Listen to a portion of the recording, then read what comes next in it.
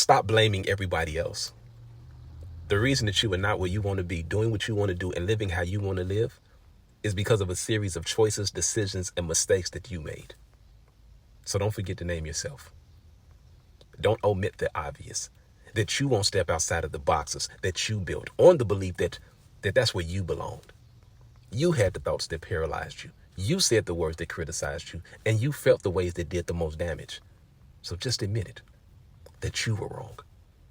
Acknowledge that it's taken so long because you took some shit that should have went to waste to heart, and it's because of what you've been holding on to that you've been unable to move.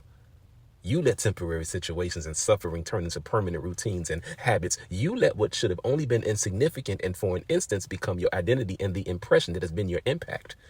You've ignored the importance of ignoring them. Instead, you gave them the information that they've been able to use. It is you caring about what someone else thinks that has influenced your thinking to the degree that you won't function unless it's according to your faith and their fears. And you don't think that there's a reason for you to ignore the doubts or the distractions from those that don't have the responsibility that you do. But there is. There is proof that you believing that you can't, that you won't, or that you shouldn't, it ultimately will prevent you from ever trying to. It ain't poverty. It ain't peer pressure. It ain't the past. It ain't mommy or daddy issues that continue to put you where you at. Who do you think you're lying to? The problem is you not prioritizing. You allowing yourself to feel pitiful. You holding on to a perspective that doesn't change position, so you won't pivot past the predicament. You're waiting and procrastinating in hopes to have a better or another chance to do what you said. But baby, this is it. There's no this life after this life. You get one shot at this one. Ask yourself, why are you so scared to take it? Your weapon is your word, your will, and the work that you do. Aim that at what you want. Fire away, because you just might make it. You just might break through or break into that space that you've been dreaming about. Here's the reality. The reality is however you choose to see it. So if you don't want to see obstacles, opposition, or obstructions, then you can leave it out. You can see everything as options, as opportunities to overcome, as only lessons and experiences.